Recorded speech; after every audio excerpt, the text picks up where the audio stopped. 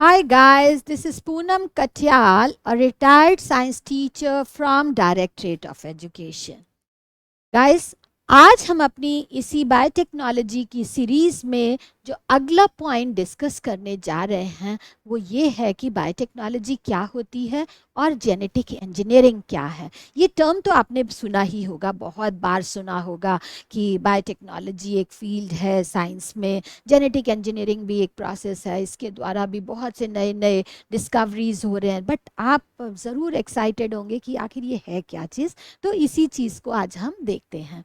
सबसे पहले बायोटेक्नोलॉजी की अगर हम बात करें तो बायोटेक्नोलॉजी को डिफाइन कैसे कर सकते हैं। तो बायोटेक्नोलॉजी जो एक बहुत ही बायोलॉजी का बहुत ही ब्रॉड एरिया है, जहाँ पर मतलब टेक्नोलॉजी भी यूज़ होती है और बायोलॉजी भी यूज़ होती है। यानी लिविंग ऑर्गेनिज्म को, उनके जो कंपोनेंट्स हैं उनको कैसे डेवलप किया जा सकता है टेक्नोलॉजी की मदद से, इंजीनियरिंग के द्वारा, मतलब टेक्निक से इंजीनियर करके आप उसको बहुत ही अच्छा मतलब मॉडिफाइड फॉर्म में, which is very useful for the purpose, for our purpose. यानी कि अगर कोई डिजीज़ है किसी को तो उसका डिजीज़ हटाने में कैसे ये मददगार होते हैं। तो ये बायोटेक्नोलॉजी के अंदर डिफरेंट डिफरेंट टेक्निक्स होती हैं, प्रोसेसेस होते हैं। तो this is what is the biotechnology. This is not a definition, बस ये जस्ट एक बात बता रही हूँ ब्रॉडर एरिया में कि बायोटेक्नोलॉजी होती क्या है, जिसमें टेक्नोलॉजी भी है, बायोलॉजी भी है, बायोकेमिस्ट्री भी है, केमिस्ट्री भी है, सभी का संगम है।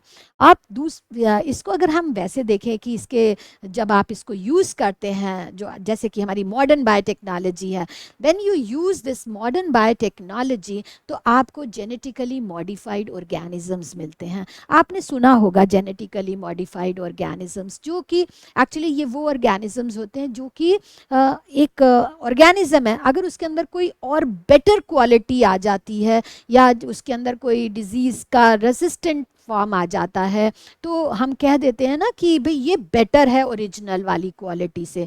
या फॉर एग्जांपल मैं अगर वैसे बात करूं कि हमारे प्लांट्स में राइस है जैसे, तो हम जानते हैं कि राइस के अंदर जो चीज़ हमको चाहिए, जैसे फॉर एग्जांपल विटामिन ए चाहिए, लेकिन एक क्वालिटी है प्लांट की जिसके द्वारा जो राइस उत्पन्न होता है वो बहुत ज़्यादा विटामिन ए नहीं देता। तो हम क्या करेंगे, इस प्रोसेस के द्वारा जो हम राइस उत्पन्न करेंगे फील्ड में, वहाँ वो राइस ऐसी होगी जिसमें विटामिन ए ज़्यादा होगा। तो हमने उसको जेनेटिकली मॉडिफाई किया, क्योंकि हम उसके अंदर इंजेक्ट तो कर नहीं सकते, तो कोई ना कोई तो ऐसा प्रोसेस है ना, इंजीनियरिंग हमने करी उसके अंदर डालने की कि किस अप्रोप्रिएट प्लेस पे हम वो चीज़ डालें जिससे कि हमारी जो राइस की प्रोडक्शन है उसके अंदर विटामिन ए जो है रिच हो। तो यही बात हम पढ़ते हैं मॉडर्न बायोटेक्नोलॉजी में। और इस प्रोसेस में मतलब इंसान, मतलब जो साइंटिस्ट हैं वो क्या करते हैं, वो जो इसकी डीएनए की केमिस्ट्री को थोड़ा सा ऑल्टर कर देते हैं, चेंज कर देते हैं। जहाँ पे डिजीज़ था उस पार्ट को निकाल के बाहर कर दिया और उसकी जगह पे नई चीज़ को ऐड कर दिया, कॉपी एंड पेस्ट की तरह से। तो उसको हम बोलते, और इस जो कंस्ट्रक्ट होता है उसको हम बोलते हैं रिकॉम्बिनेंट डीएनए, राइट। अब इसके बाद ये आता है, दिस इज इम्पॉर्टेंट पॉइंट, कि बायोटेक्नोलॉजी को कैसे डिस्कवर हुई थी, किसने सबसे पहले इसे जाना या नाम दिया। तो गाइस ये जो बायोटेक्नोलॉजी का टर्म है इसको कैरोले अर्की ने 1919 में नाम दिया था। कुछ बुक्स ये भी रेफर करती हैं कि 1917 में किया था, बट जब इसका पूरा फुल ये बात आई सामने कि भाई बायोटेक्नोलॉजी है क्या, तो दैट ईयर वाज द 1919। और कैरले अर्की ने इसके बारे में हमको बता दिया था। हो सकता है उन्होंने 1917 में इसकी स्टडी स्टार्ट की, इसलिए कुछ बुक्स ने 1917 भी मेंशन किया हुआ है। अब बायोटेक्नोलॉजी क्या इन्वॉल्व करती है, biotechnology involves cutting and pasting of DNA fragment, जो कि हम बात ही कर रहे थे। अब अगर मैं इस चीज़ को आपके सामने अगर मैं एक्सप्लेन करूं, तो मान लीजिए कि ये एक बैक्टीरिया है, ठीक है। हम सब जानते हैं कि बैक्टीरिया दीज आर प्रोकैरियोट्स, इनके अंदर कोई न्यूक्लियर मेम्ब्रेन नहीं होती है। तो इसके अंदर जो डीएनए है वो सर्कुलर फॉर्म में ऐसे कॉइल है सर्कुलर। अब यहाँ ये तो है, प्लस इसके यहाँ पे सर्कुलर एक्स्ट्रा क्रोमोसोमल पार्ट भी मौजूद होता है।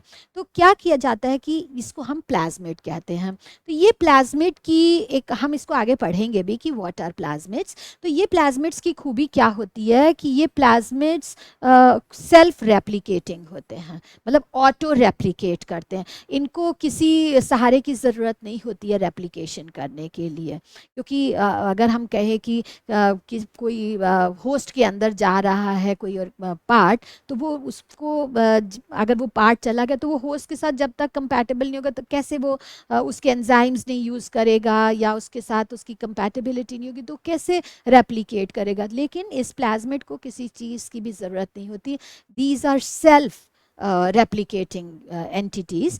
तो ये प्लाज्मिड्स जो हैं सेल्फ रेप्लिकेट कर लेते हैं। दूसरी बात ये है कि अगर मान लीजिए कि मेरे पास एक ये प्लाज्मिड है, राइट, अब इसका इतना सा पार्ट जो है वो ख़राब है, या ये कोई डिजीज़ है, एक कोई इंसान है या कोई प्लांट है, मान लीजिए कोई प्लांट है और उसके अंदर कोई डिजीज़ ऐसी है या कोई कमी है, मान लीजिए कि वो एंटीबॉडी रेजिस्टेंट है, ठीक है। अब अगर उसको हमें ऐसा बनाना है उस ऑर्गेनिज्म को कि नहीं भाई हमको इसको ठीक करना है, तो क्या करते हैं कि इस प्लाज्मिड का जो ये वाला पार्ट है इसको आपको कट करना होगा। अब कट करके तो आपने इस पार्ट को तो बाहर निकाल दिया, तो ये अब कैसा आपको दिखेगा, ऐसा सा दिखेगा, थोड़ा सा इस फॉर्म में। तो जो इतना हिस्सा जो ये रह गया, अब इसको तो फिल करना ही होगा ना, तो इसको आप कैसे फिल करेंगे? इसको फिल करने के लिए आपको नेचुरली कोई दूसरा चाहिए होगा पार्ट। तो क्या होता है कि जो आपको आपका डिजायर्ड कंपोनेंट है, डिजायर्ड पोर्शन ऑफ डीएनए है, मान लीजिए वो एक ये ऑर्गेन और उसका ये पूरा पार्ट ये डिजायर्ड है, तो क्या करेंगे, जो इसका कट पार्ट है वो यहाँ पर डाल देंगे। तो अब हमारे पास जो ये एक एंटिटी बन गई, ये हमारे पास वो बन गई, और इसको फिर हम क्या करेंगे, उस ऑर्गेनिज्म के अंदर वापस डाल देंगे, अगेन बाय इंजीनियरिंग प्रोसेस। क्योंकि जब इंजीनियरिंग में क्या होता है कि एक पार्ट को निकाल के अगर उसको रिप्लेस करना है तो उसकी जगह पे दूसरे पार्ट को स्क्रू करके या हैमर करके कैसे भी आप उसको इंसर्ट कर देते हैं। बट यहाँ पर जो हम प्रोसेसेस करते हैं वो डिफरेंट है, लेकिन है तो इंजीनियरिंग ही। तो इस वाले प्लाज्मिड को आपने उस ऑर्गेनिज्म के अंदर डाल दिया, तो हमारी जो डिजायर्ड क्वालिटीज़ थी वो उस ऑर्गेनिज्म के अंदर आ गई। अगर हमारा डिजीज प्लांट था तो हमने उस प्लांट के अंदर वो डिजीज्ड वाले पार्ट का जो जेनेटिक कोड था उसको निकाल के बाहर कर दिया, और वहाँ पे हमने वो वाले पोर्शन को डाल दिया डीएनए के जो कि हमारे लिए ज़रूरत का था। तो उस डालते ही वो हमारा जो रिकॉम्बिनेंट डीएनए बन गया और उसको वापस ऑर्गेनिज्म के अंदर इंट्रोड्यूस कर दिया। तो this is what is done here.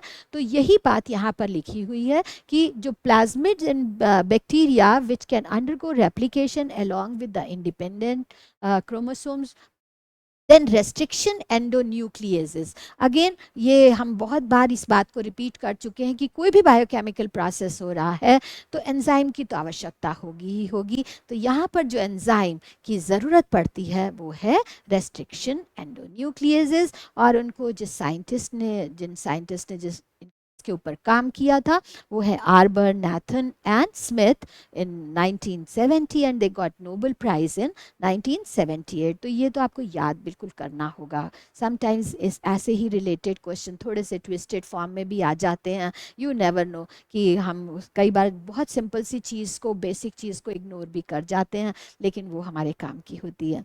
और ये इस तरह से उन्होंने क्या किया था, ये साइंटिस्ट को जब नोबेल प्राइज़ मिला तो इन्होंने जो काम किया था, they break the DNA at specific site. जैसा कि मैंने अभी आपको दिखा दिया कि उन्होंने कहाँ पे, जैसे यहाँ पर उसको अगर ब्रेक कर दिया तो उन्होंने यहाँ से ये प्रोसेस स्टार्ट किया था। ठीक है, अब हम आगे चलते हैं कि जो बायोटेक्नोलॉजी है, ये जो प्रोसेस है एक तरह से ये मॉलिक्यूलर सीजर है। सीजर का काम क्या होता है, कटिंग करना। अगर मान लीजिए आपके पास एक इतना बड़ा क्लॉथ का पीस है और बीच में से कहीं या साइड में कहीं मान लीजिए कि इस क्लॉथ के पीस में यहाँ पर थोड़ा सा जल गया, तो आप क्या करेंगे, इस पीस को अगर ऐसे आप कट कर देंगे और इसको आप एलिमिनेट कर देंगे तो आपके पास ये करेक्ट पार्ट आ गया। सेम थिंग ये इसमें भी है, जैसा कि हमने अभी देखा था कि जो डिजीज्ड वाला पार्ट था सर्कुलर डीएनए में, उतना सा पार्ट प्लाज्मिड में से हटा दिया और फिर वहाँ पर सही सा कपड़ा लगा दिया, जैसे मतलब सही डीएनए का पार्ट लगा दिया, तो जिससे हमारा डिजायर्ड क्वालिटीज़ वाला हमारा ऑर्गेनिज्म बन गया। तो सेम बात यहाँ पर भी है, तो that is why we call it as a molecular scissor. फिर Berg has often considered as a father of genetic engineering, इनको फादर ऑफ जेनेटिक इंजीनियरिंग कहा था, not biotechnology, father of genetic engineering. फिर जेनेटिक इंजीनियरिंग में क्या होता है, जिसमें कि बहुत स्मॉल पीसेस ऑफ जो फ्रेगमेंट्स ऑफ डीएनए थे उनको कट किया एक ऑर्गेनिज्म में से और फिर उसको दूसरे ऑर्गेनिज्म में दूसरे डीएनए में लगा के फिट करके बॉडी के अंदर डाल दिया था, जिसे हमने रिकॉम्बिनेंट डीएनए कहा था। ये जस्ट ऐसे आपको एक इलस्ट्रेशन है कि एक डीएनए का स्ट्रक्चर है, जो हमको नहीं चाहिए था वो वाला पार्ट कट कर दिया और जो डिजायर्ड था पार्ट उसको इंट्रोड्यूस कर दिया। तो ये है हमारा। अब Cohen and Boyer, these two professors in 1973, they introduced a piece of gene containing a foreign DNA. Foreign मतलब जो आउटसाइड का, दूसरे पार्ट का, दूसरे ऑर्गेनिज्म का हो सकता है, दूसरे कंपोनेंट का हो सकता है, containing foreign DNA into a plasmid of E. coli. Professor Cohen and professor Boyer, इन्होंने इस प्रोसेस को स्टार्ट किया था। अब ये जो टेक्निक है बायोटेक्नोलॉजी की, ये क्या किस तरह से परफॉर्म होती है, तो इसके अंदर दो मेन टेक्निक्स हैं।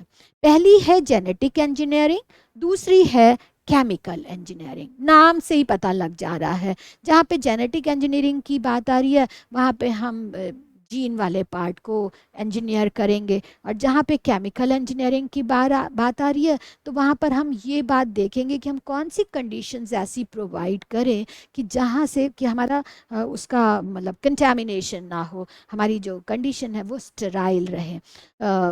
यही चीज़ हम इस जो बायोटेक्नोलॉजी में इन दो बातों का ख्याल रखते हैं। जो मैंने अभी ये बात करी कि कंडीशन को इसको जो maintenance of sterile condition, actually इसका मतलब ये कि आपने जेनेटिक इंजीनियरिंग कर ली, आपने किसी फॉरेन दूसरे वाले पार्ट का डीएनए एक उसमें डीएनए में लगा दिया जो कि डिजीज़ था, उसको हमने कट किया और कट करने के बाद पेस्ट किया दूसरे रिक्वायर्ड डीएनए से लेकर। अब जो हमारा प्लाज्मिड बना उसको जब हमने इंट्रोड्यूस किया ऑर्गेनिज्म के अंदर, तो अब ये हमारी रिस्पॉन्सिबिलिटी है कि हम देखें कि वो अंदर जाके ठीक से काम कर रहा है कि नहीं कर रहा, कोई उसको प्रॉब्लम तो नहीं आ गई, कहीं वहाँ पे कोई ऐसा प्रोसेस तो नहीं होने लग गया जिसकी वजह से जो हमने जेनेटिक इंजीनियरिंग की थी पूरे ऑर्गेनिज्म का सिस्टम ही बिगड़ गया। तो all these things are taken care by this chemical. This is meant by sterile condition. अब ये जो कंस्ट्रक्शन है फर्स्ट आर्टिफिशियल डीएनए मॉलिक्यूल की, जो हमने फर्स्ट रिकॉम्बिनेंट डीएनए की बात की थी, अभी हमने बात भी करी, कोहन एंड बोयर ने कहा था, कोहन एंड बोयर ने 1972 में they started it and then they succeeded in 1973. And this recombined segment of DNA into the desired configuration by combining the procedure with that of the DNA.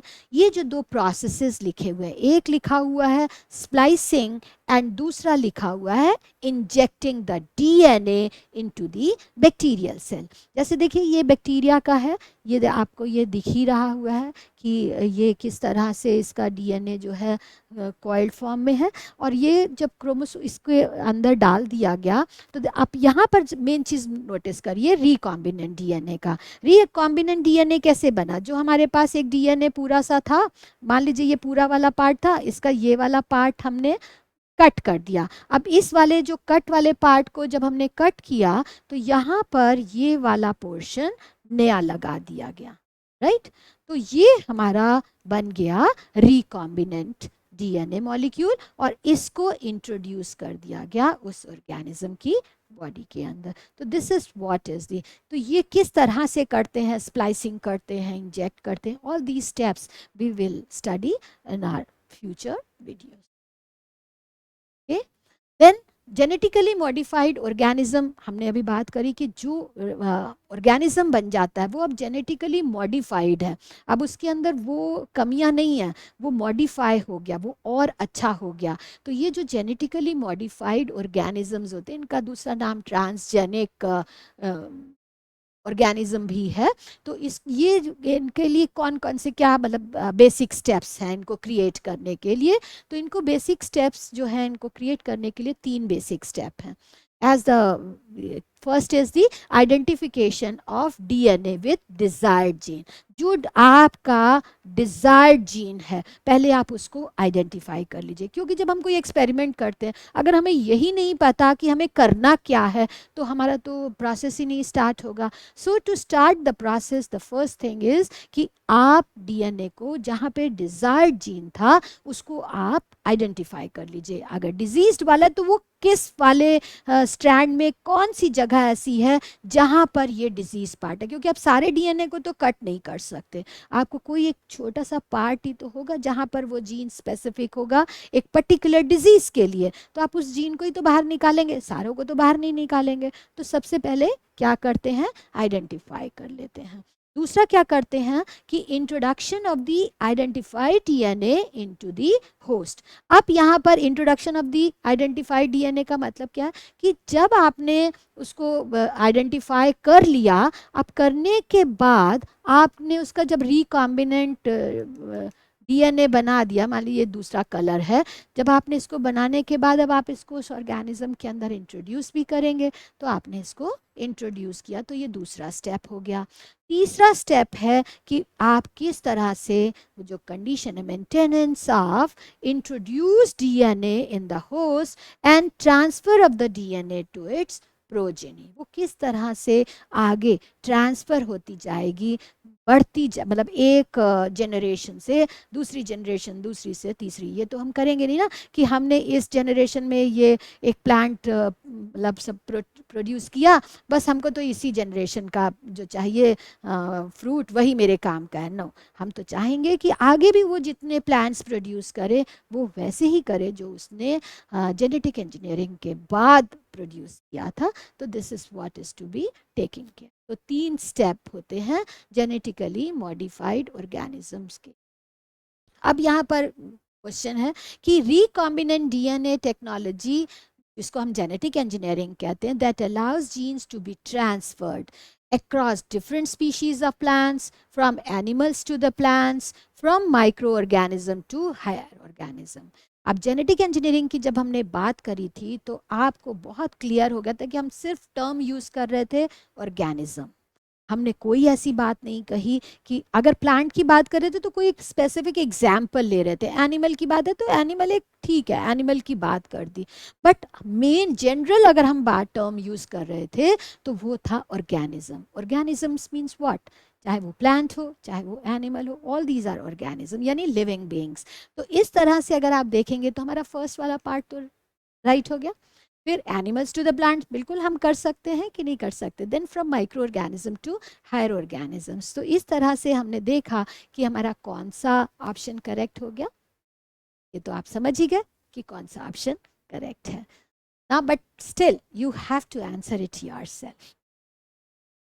Okay, then दूसरा question हमारा, which of the following is used in genetic engineering. बहुत ही simple सा question है, very very simple, क्योंकि ये तो आप एलिमिनेशन से ही निकाल देंगे इसमें जो ऑप्शंस दिए गए हैं।